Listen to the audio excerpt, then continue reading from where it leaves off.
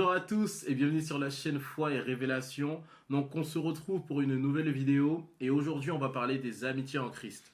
Ça, c'est quelque chose de très important. Donc c'est vraiment un plaisir pour nous de pouvoir traiter ce sujet-là, qui est un sujet extrêmement important, parce que dans la foi, dans l'Église, dans le corps de Christ, il y a de l'unité et il y a des relations. Il y a différents types de relations qui existent et je pense qu'il est très important de pouvoir parler de l'amitié, mais surtout des vraies amitiés dans le Seigneur. Donc c'est un grand plaisir pour nous de parler de ça parce que c'est déjà quelque chose que l'on vit. Exactement. Et c'est pour ça qu'on a voulu démarrer cette première vidéo par les amitiés. Comme vous avez peut-être vu dans la vidéo de présentation, nous sommes amis depuis des années, depuis 6-7 ans. Et même plus que ça en vérité, depuis 8-9 ans. On est vraiment des amis très très proches. Tu connais ma vie, je connais la sienne. Yes. On est sans filtre, sans tabou. On est capable de pouvoir s'enseigner, s'édifier, même se reprendre et se corriger. Et je pense que ça sera un des signes marquants d'une réelle amitié. Exactement. Donc voilà, moi c'est Emeric Sroka, je suis prophète de ministère. Vous devez le savoir maintenant. Et je suis visionnaire du ministère La Voix Prophétique. Donc on va avancer ensemble dans cette chaîne commune que nous avons ensemble. Voilà, et moi c'est le pasteur Pierre-Emmanuel, donc ministère Irons. On organise des cultes aussi en présentiel et on est souvent aussi en ligne, voilà.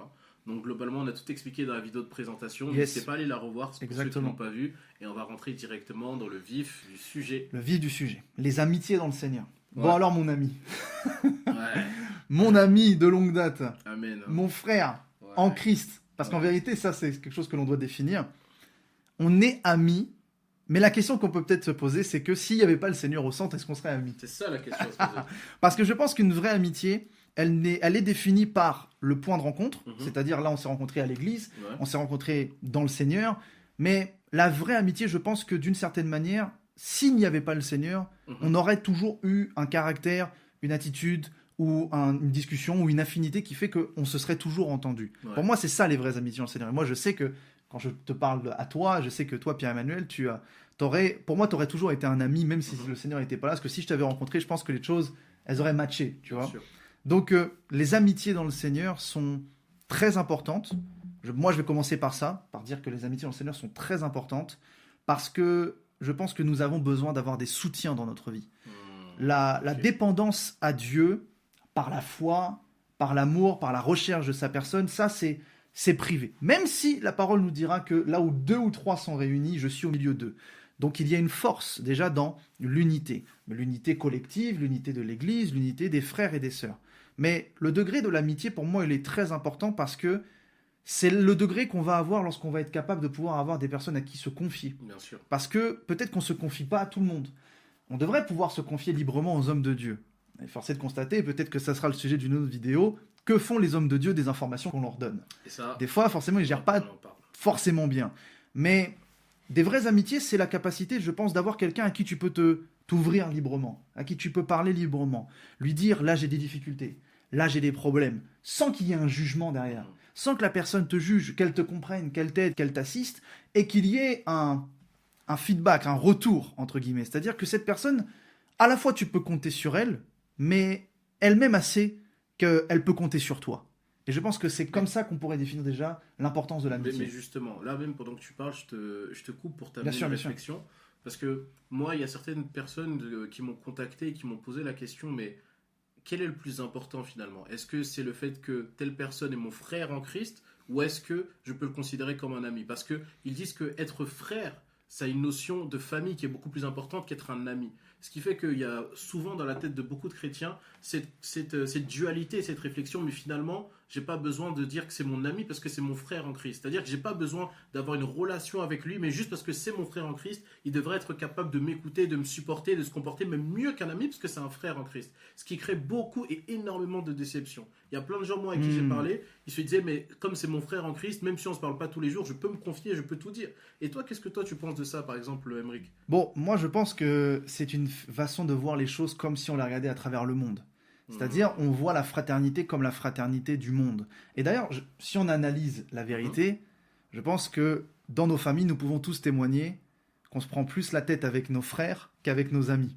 Ouais. Dans le sens où c'est pas parce que nous avons des frères et des sœurs, d'ailleurs même quand on grandit souvent en fraternité avec des frères et des sœurs, ça se chamaille, ça se dispute, ça a des comportements qui ne sont pas peut-être très fraternels, et pourtant on a des amis à l'extérieur, que ça soit à l'école, au lycée, à la fac, ou peu importe, ou même dans notre travail, qui fait qu'on les respecterait peut-être même plus que nos propres frères. Donc il ne faut pas voir les choses sous le langage et sous la vision du monde. Nous sommes frères et sœurs en Christ à cause de Jésus-Christ lui-même. C'est parce que nous sommes en lui et que nous formons tous les membres des uns les autres, nous formons tous le corps de Christ, donc c'est par son sang.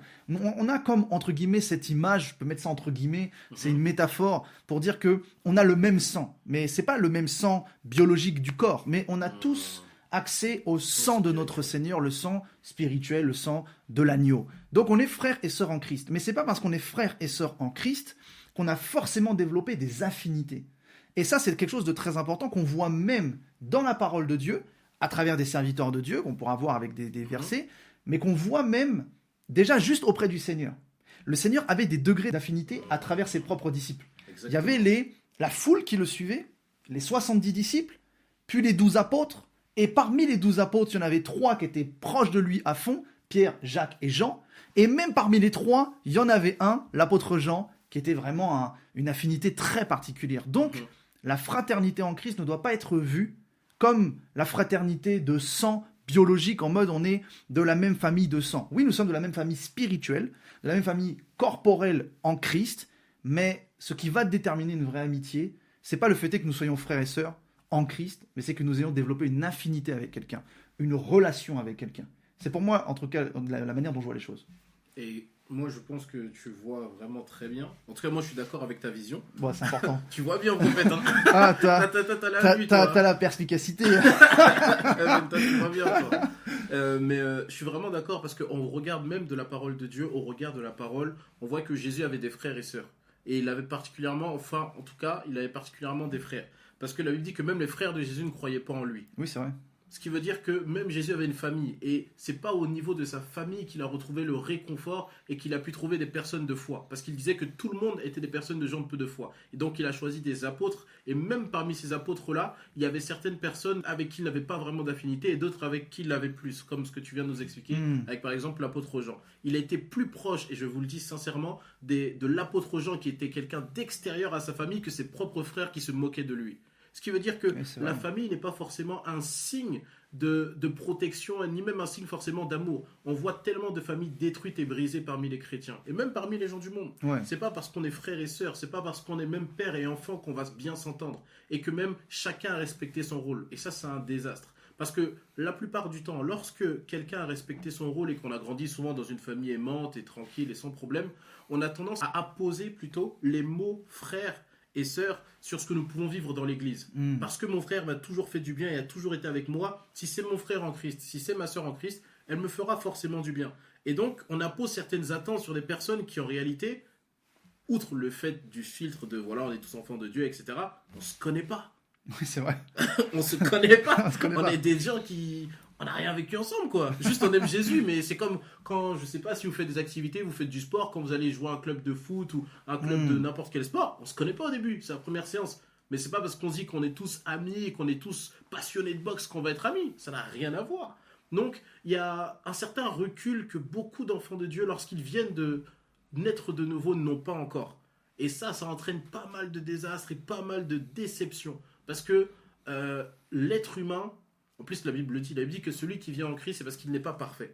Donc, la plupart des chrétiens déjà qui sont en Christ, c'est parce qu'ils ont besoin d'être changés, d'être transformés et que Dieu les appelle à une dimension supérieure. Ce qui veut dire qu'ils ont des défauts, ils ont des blessures de l'âme, ils ont des problèmes qu'ils peuvent retranscrire sur les autres sans même faire exprès ni même le vouloir. Mais aujourd'hui, c'est pas une critique, mais la majorité des personnes les plus instables que j'ai vues dans ma vie, ça a été au sein de l'Église. Je suis désolé, mais il faut le dire. Ceux qui ont fait du mal aux autres, même inconsciemment. Mais parce qu'en fait, c'est ceux qui ont besoin de blessures, qui ont besoin de Jésus. Donc même eux, il ne faut pas leur en vouloir. Mais je dis qu'il faut protéger les chrétiens et qu'il ne faut pas leur dire d'avoir des attentes d'amitié sur des gens qui ne connaissent pas encore. Oui, et ça relève peut-être un point assez difficile à évoquer, mais c'est que l'Église est composée d'imparfaits.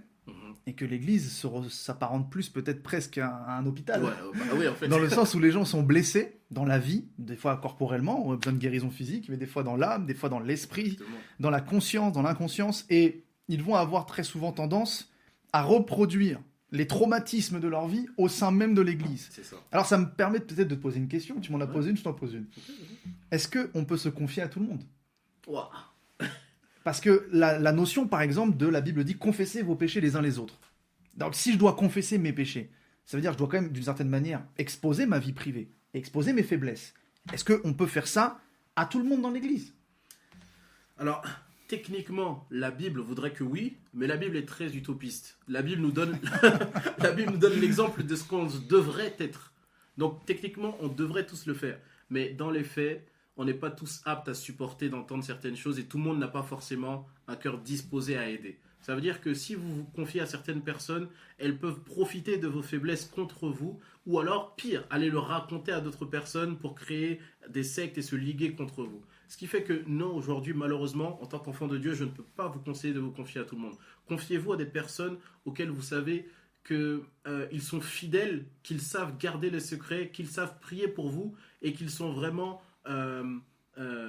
et qu'ils ont réellement un cœur d'intercesseur et un cœur peut-être de berger pour vous. Donc, moi, je ne dirais pas de se confier à tout le monde, mais je dirais de se confier à des gens qui ont vraiment dépassé le stade de l'affinité, avec qui vous savez que vous avez une très bonne entente, une très bonne confiance qui s'est installée entre vous et que vous pouvez leur raconter certaines choses privées de votre vie. Et même dans ça, je pense qu'on va même aborder les cas de l'amitié. Comment savoir si une personne, je peux lui faire confiance ? Quels sont les signes ? Comment est-ce qu'on définit l'affinité ? Pourquoi est-ce qu'on a plus d'affinité avec quelqu'un plutôt que quelqu'un d'autre ? Et donc, je dirais qu'il faut se confier à des amis vraiment dans le Seigneur. Ouais. Pas à tout le monde, à des amis et peut-être à des autorités de confiance. Aussi. C'est les deux seuls Parce types qu'il y a de des personnes. Autorités qui ne sont pas des autorités de confiance. Exactement. À qui donc on ne peut pas vraiment se confier. Mais... En fait, la réalité, elle est là, c'est qu'il y a beaucoup de gens, et c'est vraiment global, on parle de manière très généraliste. Il y a beaucoup de gens qui agissent malheureusement comme Satan. Alors, c'est un mot dur, mais... mais désolé de le dire, parce que Satan, la manière dont on caractérise, c'est l'accusateur de nos âmes, l'accusateur de nos frères. Donc, donc, non, ouais. L'accusateur de nos frères, l'accusateur de nos âmes. En fait, malheureusement, il y a des gens qui, lorsque tu vas leur dire quelque chose, ça va être un très bon prétexte et un très bon moyen pour eux de se dire « j'ai quelque chose d'influent sur lui ».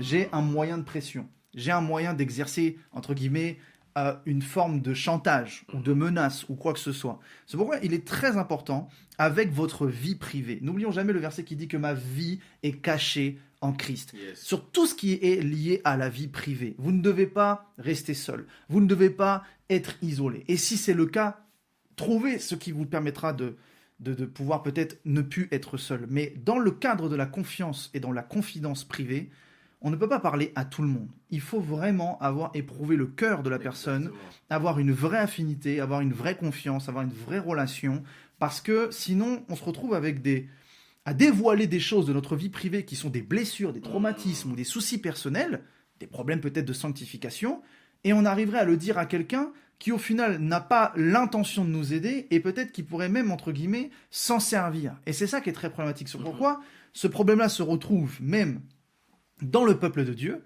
mais aussi même auprès des serviteurs de Dieu. Et là où nous devons vraiment faire attention, c'est que, en fait, les serviteurs de Dieu, nos leaders spirituels, devraient agir comme la parole nous le demande. Exactement. Mais force est de constater que c'est pas toujours le cas. Donc, vaut mieux des fois, c'est un conseil qu'on vous donne, des fois garder quelque chose un peu pour soi et s'en remettre à Dieu, jusqu'à ce qu'on trouve une oreille qui soit l'oreille que Dieu nous envoie pour avoir une vraie amitié pour confier des choses, plutôt que chercher absolument à exposer tout, qui au final va nous ajouter plus de combats. Parce que malheureusement, les gens jugent. Énormément. Les gens jugent. Ils te jugent sur ton aspect, ils te jugent sur ton apparence, ils te jugent sur ce que tu vas dire. Allez dans n'importe quelle église, regardez, juste vous arrivez, les gens ils vous regardent, tu te dis « Ah, je suis jugé. Ouais, déjà. Je suis jugé. » Et en plus, s'ils savent des choses sur toi, c'est encore plus problématique. Donc les amitiés dans le Seigneur sont très importantes. Je pense qu'il faut en avoir. Il faut le vivre. Mais il faut aussi bien le filtrer et bien les sélectionner. Et je pense que une vraie amitié dans le Seigneur, ça ne se crée pas. Dans le sens que ce que je dis, ça se crée pas. En fait, une amitié, c'est quoi? C'est une personne avec qui on va faire un long chemin dans notre vie. Yes. C'est quelqu'un qui va marcher à côté de nous. C'est pourquoi le Seigneur dit, dans sa parole, qu'il ne nous appelle plus serviteurs, mais amis. Parce que nous marchons avec lui dans une relation qui est épouse, tout ça, etc., l'épouse du Seigneur et tout, mais on a une relation amicale avec lui. On marche à ses côtés. Et c'est un parcours de vie. Exactement. Une amitié, c'est un parcours de vie. Des fois, il y a des amitiés qui, malheureusement, s'arrêtent, qui sont peut-être que pour un temps, mais des vraies amitiés, je pense qu'elles doivent durer. Exactement. Et il est très important de faire en sorte que cette amitié dure. Tout comme dans le mariage, le feu doit s'entretenir. Et bien dans l'amitié doit s'entretenir, ça passe par tout un tas de choses. Le respect, l'amour, non juger la personne, non la critiquer, etc., etc. Mais j'ai même envie de rebondir sur ce que tu dis et dire une phrase un peu qui peut étonner, mais c'est une réalité. Pour moi, l'affinité de l'amitié, la vraie amitié ne se crée pas à l'église. Ok. Et je suis pasteur et je le dis. Ça se crée parce que pas pourtant, nous, on s'est rencontrés à l'église. Oui, mais parce que l'église est un lieu de rencontre, oui. Ouais. Mais l'amitié ne se fait pas à l'église. L'amitié se fait en dehors de l'église. Pourquoi? Parce que lorsqu'on vient à l'église, la plupart du temps, c'est parce qu'il y a un culte et parce qu'il y a des choses à faire. Ce qui fait qu'on vient dans une optique de recevoir, de prier, de vivre un moment. Et la plupart des personnes qui ne se rencontrent que dans ce lieu-là ne créent pas ensuite d'affinité parce qu'ils viennent pour un objectif. On peut parler, oui, c'est un rapport d'église, voilà, en fait. C'est ça. On peut parler 10-15 minutes à la fin du culte, peut-être même un peu plus, 30-45 minutes, mais à la fin, chacun va chez soi. Mais une vraie amitié se crée en dehors de l'église. Pourquoi? Parce qu'en dehors de l'église, on n'est pas avec le filtre de « on est là pour prier ». Là, on est vraiment qui on est réellement. On n'a pas besoin d'avoir une image pour ne pas que l'autre nous juge ou le frère qui prie. On est vraiment qui nous sommes. Et c'est dans ce genre d'aspect qu'on voit vraiment qui est qui. Et quand on se dévoile réellement en sachant qui est qui, alors on peut commencer à tisser une amitié. Nous, même si on s'est rencontrés à l'église, on a passé beaucoup plus de moments en dehors de l'église, le bâtiment je parle. Pas, oui, le bâtiment. Pas l'église corps de Christ, en dehors de l'église, du temps ensemble à prier, à parler de nos vocations, à rester ensemble, à avoir des projets, à parler du Seigneur, à méditer sur la parole. On l'a fait beaucoup plus en dehors de l'église que dans l'église. Et c'est ça qui nous a rapprochés. Si on se voyait qu'à l'église, on aurait été juste des chrétiens comme ça. Ouais, non, on aurait eu une bonne relation, voilà. Une bonne affinité, mais ça n'aurait pas été forcément plus loin. Non, c'est très important. Donc, ce que tu dis. C'est en dehors de l'église que les relations commencent à se créer. On voit que quelqu'un est spirituel, pas parce qu'il vient tous les jours à l'église, mais dans sa vie en dehors de l'église. Oui, c'est vrai. On voit que quelqu'un est sérieux avec le Seigneur, pas parce qu'il va tous les jours à l'église, mais on le voit dans la vie de tous les jours, en dehors de l'église. Et c'est pareil, on peut voir que quelqu'un est une bonne personne et être ami avec lui parce qu'on le côtoie en dehors de l'église. Donc, ne vous limitez pas à se dire « Ah, c'est mon ami parce qu'on prie ensemble ». Non, c'est ton ami parce qu'en dehors de l'église, vous avez des liens. Vous priez ensemble, oui, tu vois son cœur, tu vois son caractère, tu vois qu'il est prêt à faire des choses pour toi, que les autres ne sont pas prêts. Mais tout ça, c'est pas juste avec le filtre de l'église qu'on doit le voir. Laissez un petit peu nos costumes de homme de Dieu, d'église, etc. Mais juste se voir en tant qu'être humain, est-ce qu'on a les mêmes valeurs? Et je pense que le deuxième point qui est très important dans l'amitié, c'est une notion de valeur. Je sais pas ce que toi... Ça, c'est vrai. Et je pense que le meilleur moyen, comme tu dis, de pouvoir tisser des liens d'amitié, c'est au final, c'est de connaître la personne. Donc on peut pas définir que j'ai un ami si la personne je la connais pas. Tout comme tu peux pas dire je suis marié si tu connais pas ta femme ou ton mari. Et ben l'amitié c'est exactement pareil. C'est pour ça que c'est fort que le Seigneur nous ait mis en parallèle avec des degrés de relation. Il a dit je suis en vous, vous êtes en moi, etc. Je vous aime comme Christ a aimé l'Église, une épouse, tout ça, etc. Bref, mais il a aussi dit que nous sommes ses amis. Donc il y a vraiment l'ensemble des relations et nous sommes aussi ses serviteurs. Il y a l'ensemble des relations inclus dans la communion avec Christ. Je vais juste prendre un verset de la parole de Dieu qui est très clair vis-à-vis de tout ça. Proverbe 17, facile à retenir. L'ami aime en tout temps et dans le malheur, il se montre un frère. Ça, c'est quelque chose de vraiment très puissant. L'amitié est basée sur l'amour. Tout comme la foi est basée sur l'amour, tout comme le fait de connaître le Seigneur est basé sur l'amour, tout est basé sur l'amour. Même l'amitié, c'est un grand degré d'amour et d'affection proche avec la personne. Et je pense que le meilleur moyen de connaître quelqu'un, c'est justement de voir en quoi cette personne peut correspondre à mon système de fonctionnement dans la vie. Et si elle correspond à mon système de fonctionnement et que moi je corresponds à son système de fonctionnement, alors ça va être comme une alliance qui va se faire. On va se joindre dans notre relation et cela va nous faire un fil conducteur qui est on va parcourir notre vie dans une amitié. Et là où je dis connaître le système de mode de fonctionnement, ça rejoint ta question. Oui, je pense qu'il faut avoir les mêmes valeurs. Et quand je dis les mêmes valeurs, c'est relatif quand même. Parce qu'on ne peut pas être d'accord sur tout. Il y a des choses sur lesquelles on n'est pas forcément d'accord, des sujets parce que on voit les choses de manière différente. Mais c'est là où il y a la force d'une amitié, c'est que même si nous ne sommes pas toujours d'accord, même si des fois il peut y avoir des choses qui font qu'on se dise ouais, c'est compliqué et tout, l'amitié est plus forte. Et le soutien est plus fort. Et l'amour est plus fort. Et au final, on n'a pas besoin d'être en harmonie sur tout.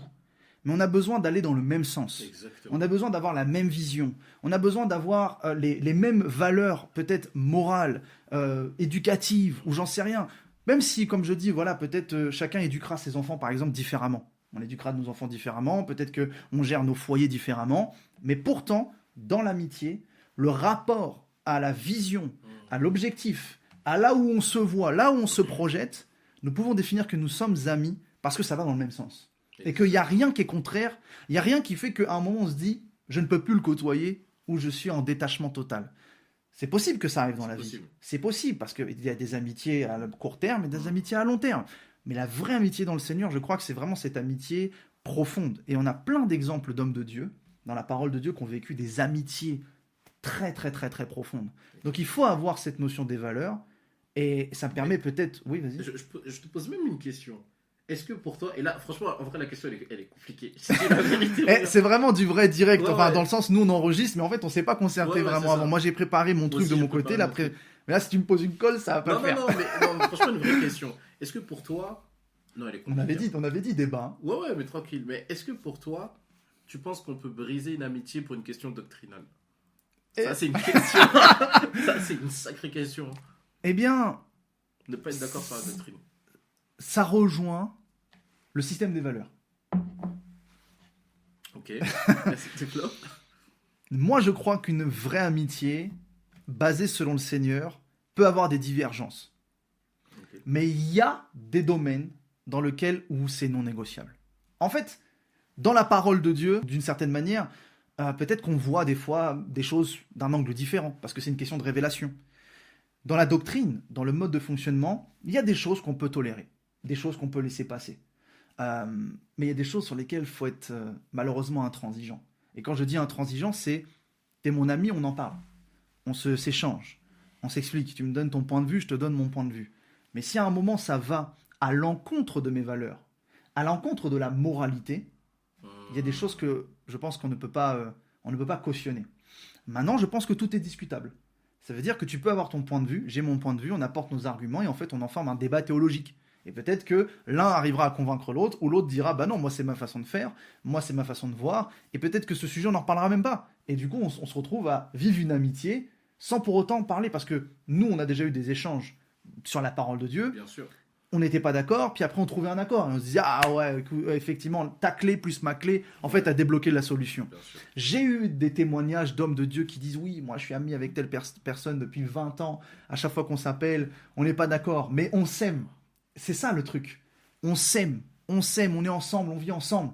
Et on est content de pouvoir des fois échanger. Même des hommes de Dieu qui se connaissent depuis longue date, qui s'appellent pour dire, hey, t'as vu ce que t'as fait, c'est pas bien. Et l'autre il dit, bah ouais, mais non, et puis au final. Donc, pour le point de vue doctrinal, je dis ça dépend des thèmes, okay. Ça dépend de la valeur morale. Et du coup, ça rejoint cette notion de quelle est la vision des choses. Ok, ouais, je vois à peu près ce que tu veux dire. Mais donc toi, ça te choquerait pas qu'une personne décide de rompre une amitié à cause de la doctrine?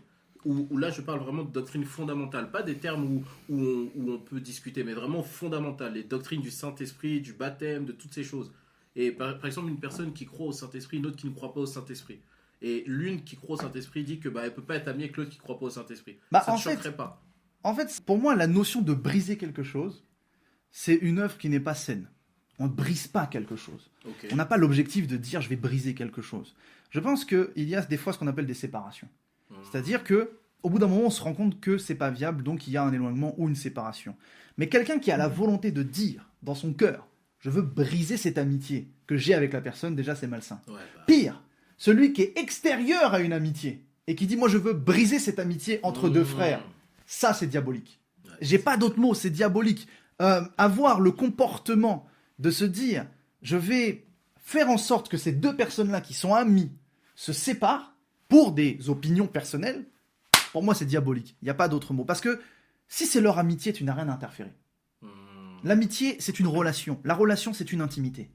Donc il y a des amitiés qui ne regardent pas les autres. Et si même les amitiés, entre elles, peuvent avoir des sujets de divergence et des sujets de non-accord, ça les regarde. Donc la notion de briser, pour moi déjà, elle n'est pas bonne. Mais les amis, eux-mêmes, peuvent se rendre compte qu'il y a des fois des choses qui ne sont pas normales au sens moral. Exactement. Et qui font qu'il faut qu'il y ait une séparation. Donc pour moi, c'est comme ça que, on va dire que je vois les choses. Ok, je vois. Et parce que même quand on lit la parole de Dieu, on se rend vite compte que même cette notion d'amitié, elle est liée à une notion de servir un but et un objectif. C'est-à-dire que les personnes commencent à être amies parce qu'il y a un objectif derrière. C'est pas juste, bon, on se rencontre, ah, c'était cool, t'es gentil. Non, non. On voit par exemple David et Jonathan. C'est lorsque Jonathan... C'est vraiment un exemple. C'est vraiment un exemple d'une amitié plus que profonde. Voilà, c'est parce que... Et pourtant, Jonathan, il a repris David. Hein. Et pourtant, il l'a repris fort. Voilà.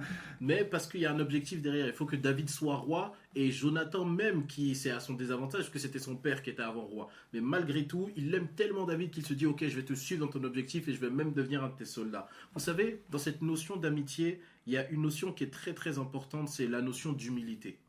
Parce qu'on ne peut pas être ami avec quelqu'un qu'on prend de haut et on ne peut pas non plus être ami avec quelqu'un qu'on estime être trop supérieur à soi. Ouais. Dans les deux cas, ça ne va pas. Pourquoi ? Parce que l'amitié, elle est basée sur l'égalité. C'est j'accepte de me dire que je veux aider cette personne, même si cette personne a peut-être un avenir, un appel comme avec David, le fait d'être roi et moi je ne suis pas roi, même si c'était ma place légitime, j'accepte de renoncer à ça parce que c'est mon ami et parce que je sens dans mon esprit qu'il faut que je fasse ça et que je l'aide.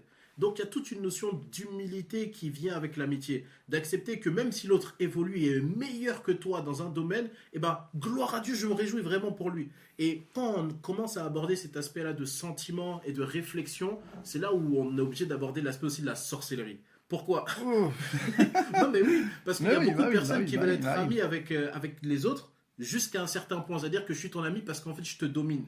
Et parce que si tu me dépasses et que tu fais mieux que moi, je vais te détester, je vais te pourrir la vie. Ah, ça, c'est pas de l'amitié, du coup. Donc, c'est pas de l'amitié, mais ça peut l'être jusqu'à un certain point, parce que c'est des personnes, la plupart du temps, et moi j'en ai qui m'ont appelé, il y a des personnes, la plupart du temps, qui t'aiment réellement parce que t'es encore en dessous d'eux. Et ils n'arrivent pas à s'expliquer pourquoi est-ce que lorsque tu avances, ils te détestent. Et même quand je leur parle, c'est mais pourquoi est-ce que tu n'aimes pas cette personne ? Je peux pas l'expliquer. Je sais pas pourquoi. C'est plus fort que moi. C'est vrai que c'est des cas qui arrivent. Voilà. C'est vrai qu'il y a des cas qui arrivent comme ça où la personne, tant que tu es en dessous, tant qu'il y a un rapport de force, voilà. on va dire d'intérêt. Exactement. Voilà. C'est ça le problème, c'est que c'est un problème de sanctification personnelle. Ah, tu penses que ça c'est lié à la sanctification ? Ouais, je pense que c'est un gros problème de sanctification personnelle où la personne n'est pas délivrée de cette envie de manipuler, de contrôler, de pouvoir, entre guillemets, assujettir les choses. Et ce qui fait que elle prend un plaisir dans cette forme d'amitié à pouvoir toujours avoir le dessus sur la personne. Tu vois ?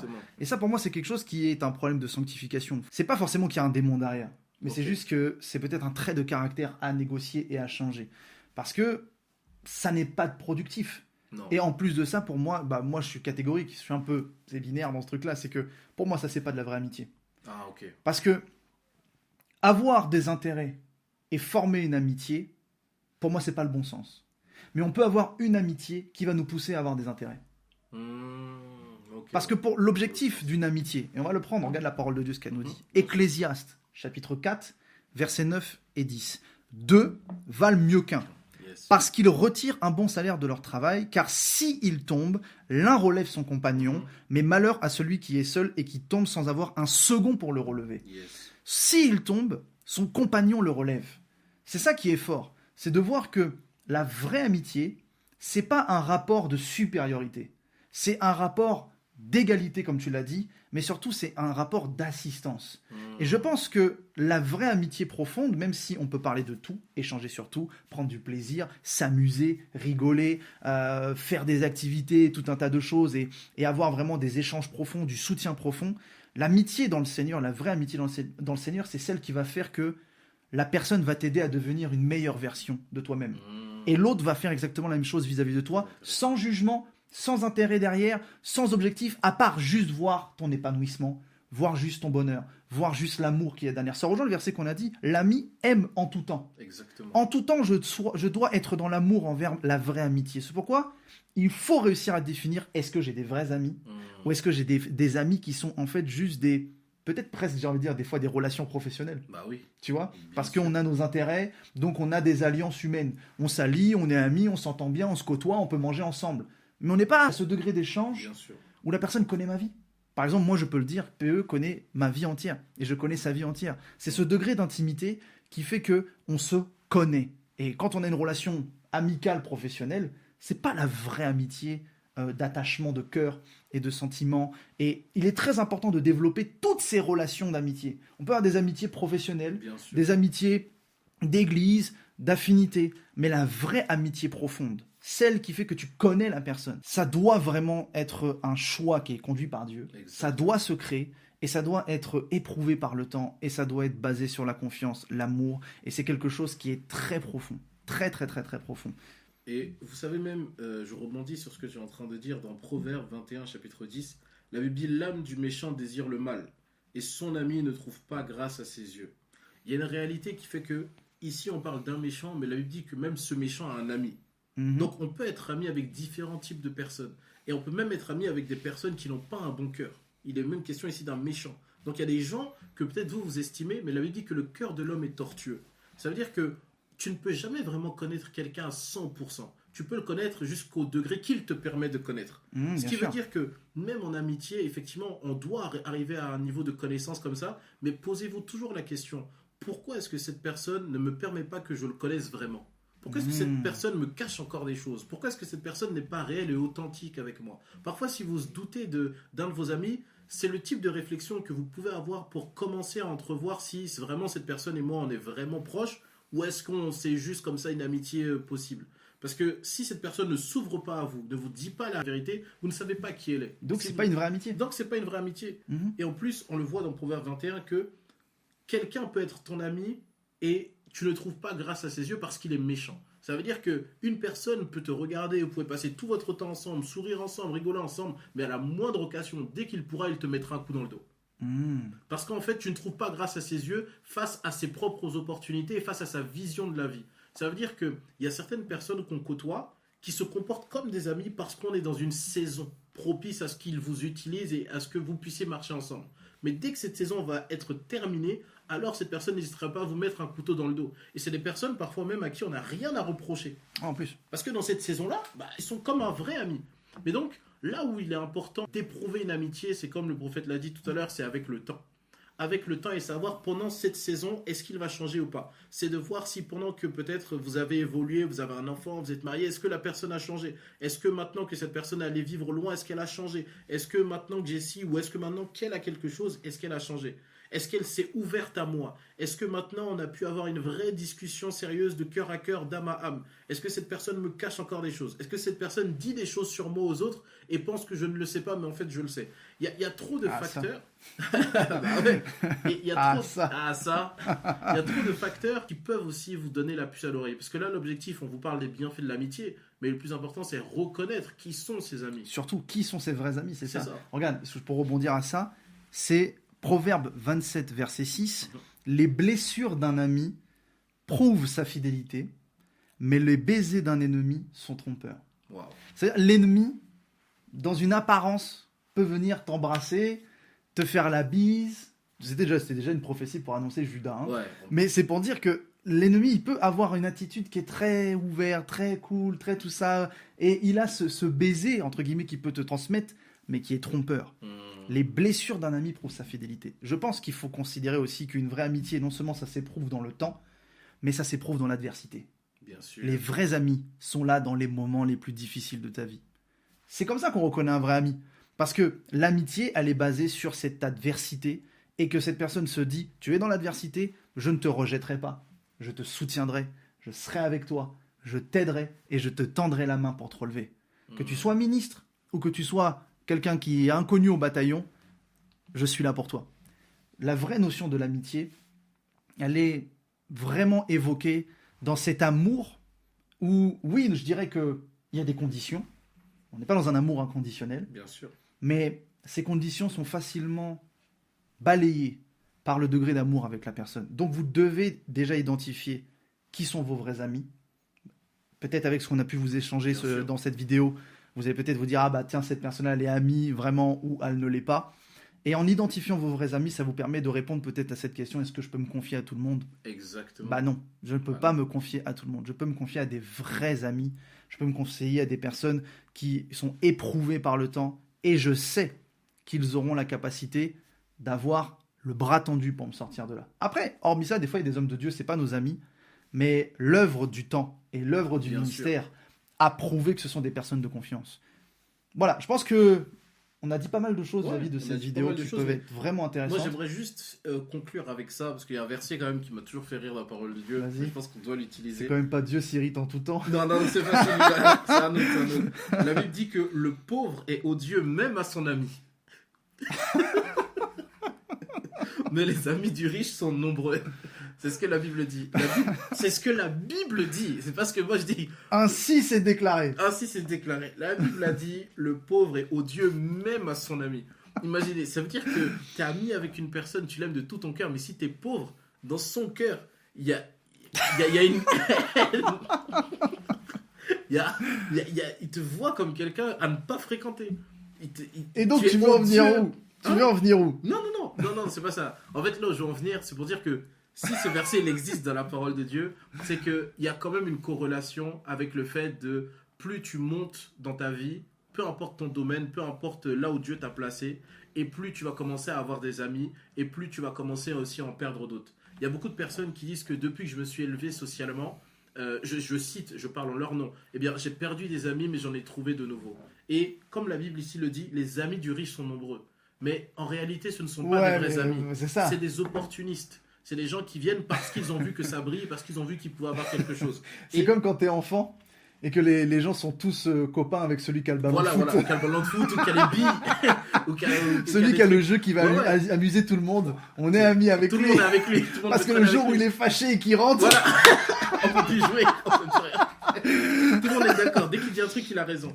Voyez, il sait mieux que nous.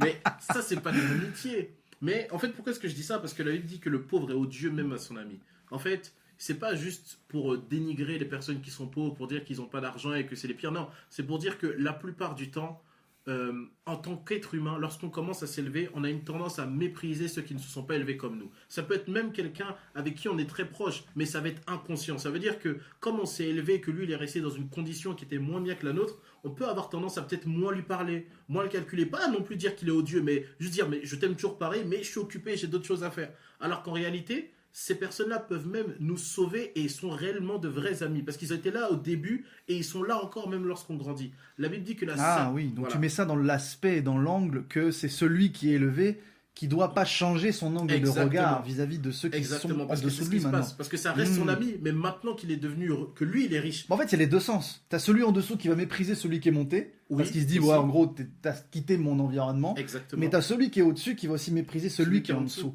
Oui, c'est vrai. Et je pense que la vraie amitié ne tient pas compte de ça. Non, exactement. Et on doit avoir une perception des choses renouvelée. On ne doit pas voir quelqu'un en fonction de son statut ou autre, mais vraiment juste en fonction de la personne. Et la Bible dit que la sagesse du pauvre est méprisée. Qu'une personne pauvre avait sauvé toute une ville, mais personne ne lui avait rendu la gloire parce qu'en fait, il était pauvre. Et pourquoi est-ce que l'Ecclésiaste, en fait, on sait ici que c'est Salomon, le fils de David, qui a écrit Ecclésiaste et même dans Proverbes. Pourquoi est-ce qu'il nous met toutes ces choses en garde? Pour nous dire que la mentalité des hommes évolue très vite. Et que, qu'on le veuille ou pas, il y a beaucoup de changements qui peuvent s'opérer, mais d'un claquement de doigts. Parce que le cœur de l'homme est interne et tortueux. Donc il nous dit, si vous avez trouvé des vrais amis, en fait c'est plutôt dans ce sens-là qu'il faut aller. Si on a trouvé des vraies personnes de confiance, qu'il vente, qu'il neige, qu'il pleuve, peu importe tout ce qui se passe dans nos vies, gardons-les précieusement. Ne changeons pas le regard qu'on a sur eux. Et si nous, on est encore en bas en train d'essayer de monter, ne changeons pas notre regard sur ceux qui sont aussi montés. Gardons précieusement ceux qui nous ont aidés. Donnons-leur toujours de l'attention parce qu'ils seront toujours là. Si c'est des vrais amis. Et donc, privilégions-les eux. Voilà ce que je voulais dire. Non, mais écoute, ça a été un franc partage. Ça a été avec un grand plaisir qu'on a peut-être pu répondre à cette question que vous vous posez. Parce que, voilà, si vous êtes dans une église, peut-être que vous vous demandez, mais comment avoir des vrais amis, comment se faire des vraies amitiés, à qui je peux parler, qui je peux pas parler, etc. Donc on espère avoir peut-être répondu à travers ce débat, cet échange à cette grande question de l'amitié dans le Seigneur. Est-ce qu'elle est importante? Oui, mais à condition qu'elle corresponde à tout ce qui définit une vraie amitié tout simplement, quoi. Donc voilà, que Dieu vous bénisse. Que Dieu vous bénisse. Que Dieu vous garde, vous protège et qu'il vous permette d'avoir des vrais amis. Si vous avez des amis, identifiez-les et regardez si ce sont des vrais amis. Et si vous n'en avez pas, alors que Dieu vous en donne, parce que c'est essentiel de comprendre qu'on a besoin des uns les autres pour avancer et pour grandir. Yes. Bah écoutez, je pense que tout a été dit par mon ami ici présent. On vous souhaite une excellente journée ou soirée. Ça dépend de l'heure à laquelle vous allez regarder la vidéo. Mettez un like, mettez un pouce bleu. J'ai répété la même chose. Bah non, c'est pas bleu sur YouTube. Ah ouais, c'est rouge? Je sais pas. Bah non, mettez un juste liker. Voilà, juste liker. Soyez bénis et puis dites-nous si vous avez déjà rencontré vos vrais amis. Et puis voilà, dites-nous en commentaire comment est-ce que vous avez fait pour les rencontrer. Quelles ont été les valeurs que vous recherchiez. Écrivez tout ça en commentaire. En tout cas, on a hâte de vous lire. Et puis on vous souhaite vraiment une très bonne soirée, journée, je me répète. Et puis on vous dit à bientôt pour une prochaine vidéo. À bientôt tout le monde.